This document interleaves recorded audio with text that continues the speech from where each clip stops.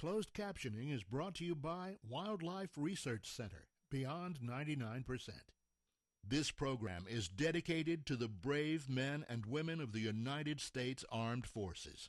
May God bless America.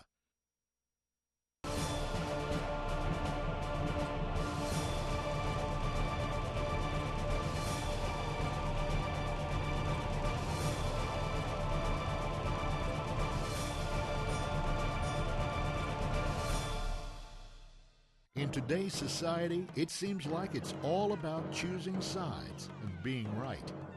And it seems to a growing number that many Americans have lost their way. There are those special Americans called sportsmen who are tired of the arguing, tired of the arrogance. More and more of these folks believe that hunters and fishermen can agree on the basic principles that founded this country and modern-day conservation. The next half hour is dedicated to these important principles. Join us as we take The High Road with Keith Warren. Today, The High Road takes us on an archery elk hunt that Keith has been looking forward to for years. This area of Wyoming has little hunting pressure, and it's teeming with game. In order to hunt elk here, a hunter must apply for a tag by the end of January each year. If they're lucky, they will be drawn for a tag. The odds of drawing such a tag vary depending on how many applicants there are. So we encourage anyone interested in this kind of hunt to take the time and apply. Even if you don't get drawn, you'll wind up with a bonus point, and this point will help your odds for drawing a tag the following year. It was years ago that Keith first hunted here, and after enjoying such an unforgettable experience, he's been applying for a tag ever since. It's taken him 7 years to get this tag. The outfitter Keith is hunting with today is named Bob Sundin. Bob owns and operates Trails West Outfitters. It was 7 years ago that Keith hooked up with Bob, and since then, they've had the opportunity to hunt the high country for elk, mule deer, and mountain goat. Each of these hunts created special memories, and later on in the show, you'll find out that this hunt will be one that Keith won't soon forget. This is Bob Sundin. Bob is from Buffalo, Wyoming, and Bob has taken me on a wonderful elk hunt up here before, and then he took me on a goat hunt. I guess our first goat hunt together. Your first and my first. Yep. Yeah. I got lucky enough to draw a goat tag, and then he called up and he says, I got the elk tag. So here I am again, and it's like deja vu. We're going to do it again. We're going to do it again. This time we're going to stab one with an arrow. The elevation at camp is around 8,800 feet, and the unusual high temperatures have driven the elk well above camp to more than 10,000 feet. On last week's show, we followed along with Keith during the first 3 days of the week-long hunt. You got it. He's behind a lot of brush. Come on.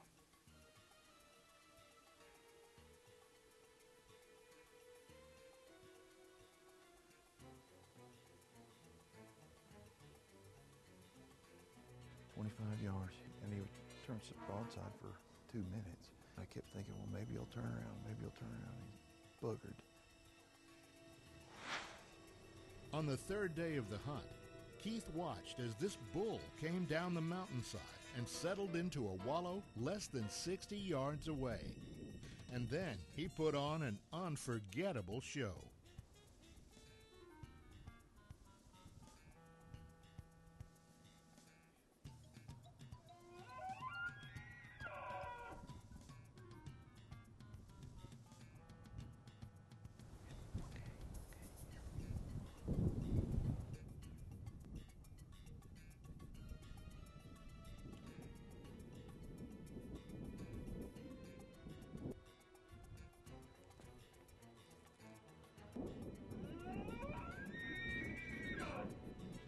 But when the bull finally came within range for a shot,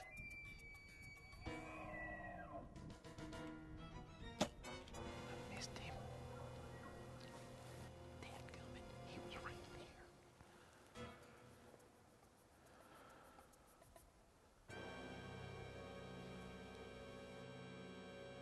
John Owen. Well, we got some great video. The High Road with Keith Warren. Brought to you in part by Gemo Air Guns, Laser Genetics, Bad Boy Multi-Terrain Vehicles, and Bad Boy Mowers. Game Saver by Food Saver.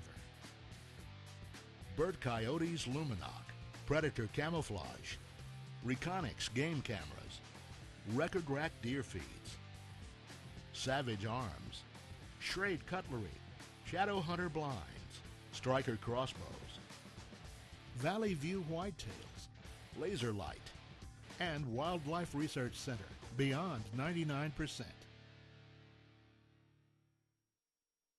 You're watching The High Road with Keith Warren. All right. I'm telling you, I just misjudged the distance, period. Up here, obviously, with the terrain such that it is, distances can be extremely deceiving. And so after he missed, we were kind of wondering what was going on, whether his bow was on or what happened. We came back to camp. I'm just wondering if maybe riding around on the horses and me with that sling holding it over and bumped my sights. And I know Keith was beating himself up over the deal. He shot his bow to make sure things were still on. It's on. The bow was hitting right where it needed to be. So we knew it was just a misjudged distance, a clean miss, and we needed to regroup and get after another elk. Anybody who's ever bow hunted long enough did what I did. Missed one. If you didn't, you haven't hunted long enough. All right, Keith, we got a couple options. Those winds kind of screwy. It's want to blow right up the gut of this thing. Either we have to go clear up around the point and drop down in, not a finger up there, so we kind of try and stay above them a little bit as they start working down, or we hang out up here high until the wind settles down and we figure out what it's going to do, and then as they start coming out, then we move in on them. So, kind of. Yeah, we Around and then wait, because I'm thinking those tunnels are going to change. They will eventually change and start coming back down. It'd be a ride, but we could get up and go clear around, but it'd be a ride. Probably the smart thing to do would be to wait, kind of see how things go, see where they're bugling from, and then we can make our move. It would be a bad idea just to go up here and sit and kind of watch things, see if anything bugles behind us, and kind of ride this out a little bit. I'm waiting on you. All right, let's go. Preparing for this hunt, you can do a lot of things physically to prepare for the hunt. What I did, I just went to the gym and just worked out religiously. I don't know if anybody's ever gone and done that, but the reason why I chose a gym rather than doing it just at home is that I needed to have a personal trainer, somebody really pushing me to go do that extra effort, because once you get exhausted physically, then all of a sudden you need to kick in that mental attitude that you can do it, you can conquer it. And that's what the physical trainer did for me. And so I trained for that physically all I could, and then mentally I trained for it from the moment I got the phone call from Bob that I drew the elk tag. It's like, I've got to prepare for this, because this is not going to be an easy hunt. The less active you are and the less that you do for your body, the less likely you'll be able to do what you want to do. Okay, so this is just about being active, having fun, making it to where it is fun so an older person will do it, and then they'll be able to do the things that they want to do. Being able to climb the mountain and just to make it fun enough to where he can do what he wants to do. So it's very important for people to stay in shape these days. The older you get, the more in shape you got to stay. Don't use it, you lose it. So we want to make sure that they're using everything that they need to use for the type of activities that they want to have. Nothing good in my life ever came easy. And I had the greatest job in the world, going places that a lot of people have never gone, and I want to be able to do it until I get old. And that's the only way I'm going to be able to do that.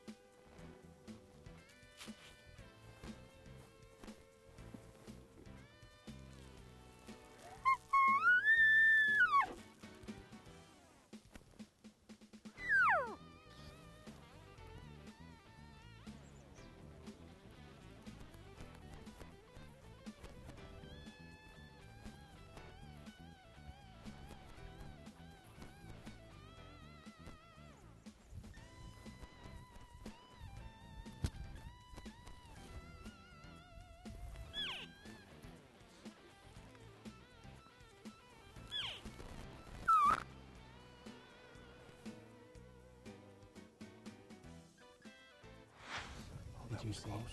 That was close. He was about 20 yards. I could see the top of his antlers. Oh, you're kidding. No, but I couldn't have a shot. He was coming straight at me. And then all of a sudden, he kind of boogered. And I know it wasn't the wind because I took my putter and I checked it. It wasn't the wind. He went off down that way. And then you started crashing the brush. And it caused him to turn around. My cow called. He came in and then he went right up that way. I mean, close. But you know what? It's interesting. It is really, really warm in the afternoon. Getting in the 70s, I guess. Probably. And so in the morning, it's about 30. And so we're having the best luck calling in the morning. So It's time for viewer feedback, brought to you by Bad Boy Multi-Terrain Vehicles and Bad Boy Mowers. This comes to us from a viewer by the name of Benjamin Ulrich. And he starts at, Keith, I want to talk about the best and worst of hunting. He goes on to say that he sees me hunting on private land a lot, and he hunts on public land. And he never understood how come hunting on private land could be so much better, but he wants to share this story. Says he was walking in a public hunting area, 3/4 of a mile by 3/4 of a mile, belly high in brush with a few pieces of woods, and a doe jumped up 50 yards in front of me. He took a shot, and it ran off, and it died 30 yards from a pickup truck. When it died, the passengers in the pickup truck jumped out, grabbed the doe, and drove off with it. They claimed the deer, and he didn't get the deer. And then the best of the hunting says he took his 5-year-old son, Rave, on a hunting trip, and they shot a doe, and it was a wonderful success. He says that's one of the downfalls, though, of hunting in public land is that you have bad things like that happen. Now, let me tell you something, Benjamin. I've heard a lot worse than that. You know, that's almost so crazy you have to laugh, because you have to think, come on, somebody would be that selfish, that ridiculous, that they would take somebody else's deer. It happens. I've heard it happen a lot. But that's just another reason why when you introduce people to hunting, and the 5-year-old Rave, if Rave was to see that some slob hunters were stealing somebody else's deer, why would it give him a positive image about hunting or a negative image? Well, same thing with anybody coming into hunting. We want to give nothing but positive images out. And so, unfortunately, on public land, you do have slob hunters out there. And like they say, a few bad apples will spoil the whole bunch. It's just, I think we all need to kind of clean up our act a little bit and try not to put up with that kind of slobbishness. Our website address will be coming up at the end of the show.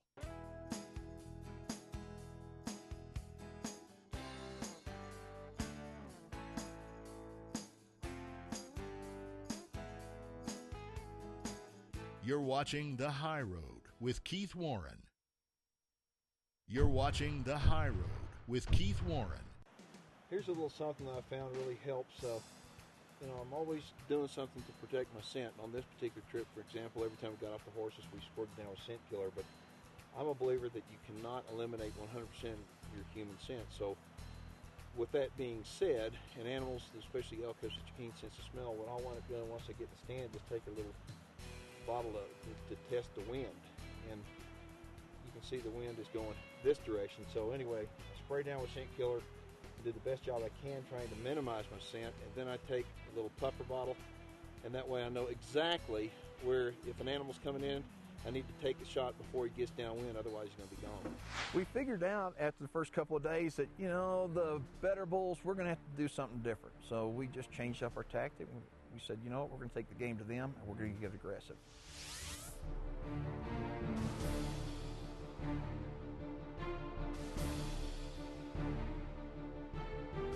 As soon as we changed up, started getting aggressive, boy, big things started to happen. I mean, we were firing the bulls up, and that's the thing I like most about it. I like hearing the bulls scream. And so what was happening, we were figuring the bulls wind up going and partying all night long and then go and get a drink and then go to bed about 8 o'clock, 9 o'clock in the morning. So what we were doing, we were going into the bedding areas and we were kind of pushing them. We're getting in there and we're calling to them, bugling to them, listening, and then moving up on them. And many times the elk will just get up in their bed and lay there and bugle, just scream in their bed and not move at all. Well, what we were doing as we go in there, we locate where they are in the bed. Now all of a sudden the next thing is they know where we are and they think we're another elk, and all of a sudden we're closing the distance.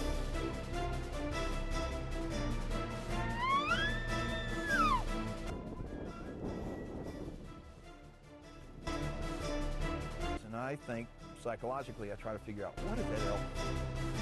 And I think that elk is bedded up. All of a sudden he's thinking, who in the world's coming into my space? So he gets up and he comes and checks you out.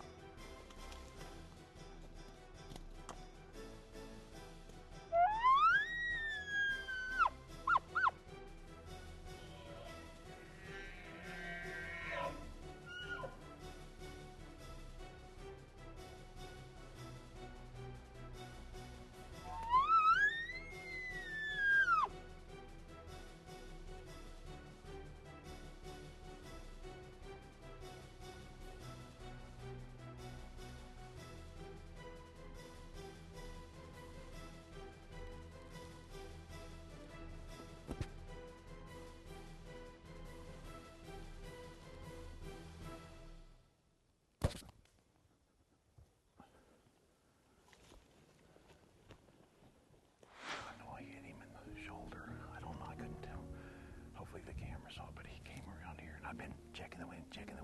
He stopped right where the wind had been. And he started looking around like, I don't know. And he took one step back and I smoked him. So what we're going to do, I want to give him a good solid 2 hours. He's back out of here and kind of what we need to do, I need to mark that spot and where he ran up. And then let's get out of here. Okay. We'll come back. Good job. Good job. But as Keith and Rod started to leave the area, they caught a glimpse of the bull trotting up the side of the mountain, apparently none the worse for wear. It was at this point that Keith realized his shot had only grazed the bull. After the break, Keith will get the opportunity to review the video of his shot when the high road returns. You're watching The High Road with Keith Warren. You know, as I look back, you think about it, would we do anything different? And I don't think you could do anything different. The setup was good, the shot that he took was good. There was nothing that you could really change that would change the outcome of that shot. I think we had everything set up just right. You know, I felt horrible. Any bow hunter, any hunter for that matter, that wounds an animal, I know, I hope he feels from remorse. I felt horrible. I'd done everything right. I'd prepared mentally, physically. I'd shot all summer long. I could make that shot that's just a chip shot. And I boogered him up. And we exhausted our efforts like crazy. I mean, we called in guys and we combed that mountain. We did everything we could. Played the video back. He ducked. Look at that. It sure looks like he jumped the string, doesn't it? He ducked the arrow like a whitetail. He sure looks like it. He was on red alert. He came in and he ducked the arrow. Well, it looks like it hit right where it was aiming, but the bull didn't quite cooperate right. No. 27 yards, too. That's how fast they can jump the string. Yeah. I'm betting I got him right over the lungs, right underneath the backbone. What do y'all think? It looks like to me that's where it got hit. And I have to be a believer that I hit him in an area that I call no man's land. There's nothing there. It's above the lungs, it's below the backbone, there's nothing there. It's no more than if the elk would have been gored by another elk. But that arrow, that's the one thing that I found, that if you're a hunter and you haven't done that, well, you haven't hunted long enough. And yeah, I'm remorseful. I don't feel good about it, but I feel good knowing that I did hit him in no man's land. And I do feel good that, hey, we did everything we could to find him. It was a wonderful hunt, a successful hunt, and if I had to do it over again, I wouldn't change a thing. I'd do the exact same thing all over again. Yeah, he wouldn't have ducked. He wouldn't have ducked, and the frogs had wings.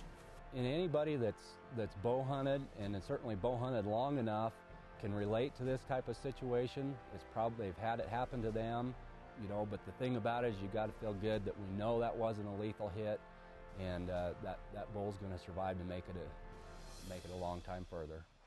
What was it that caused you to start hunting? Was it the adventure, the challenge, or the opportunity to be close to nature? Or was it something else? For me, it was the uncontrollable desire to be connected to nature. Whatever reason you hunt, however you hunt, and whatever you hunt for, we're all hunters. Far too many times, hunters and conservation organizations divide themselves into their own special interest groups. I guess this division, I guess it's inevitable, as each of us have a favorite way that we hunt. But each of us should realize that as hunters, all hunters, no matter where they hunt or what they hunt for, we're special people. As our own special interest groups divide hunters, I think it is time that all hunters unite, each and every one of us in our country.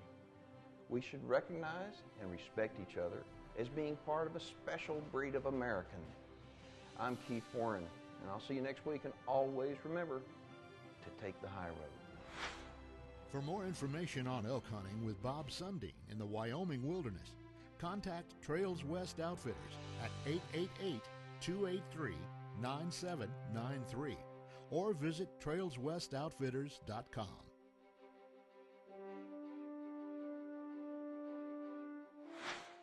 We'd also like to thank the folks with the Athletic Republic in New Braunfels, Texas, for helping Keith train for this hunt.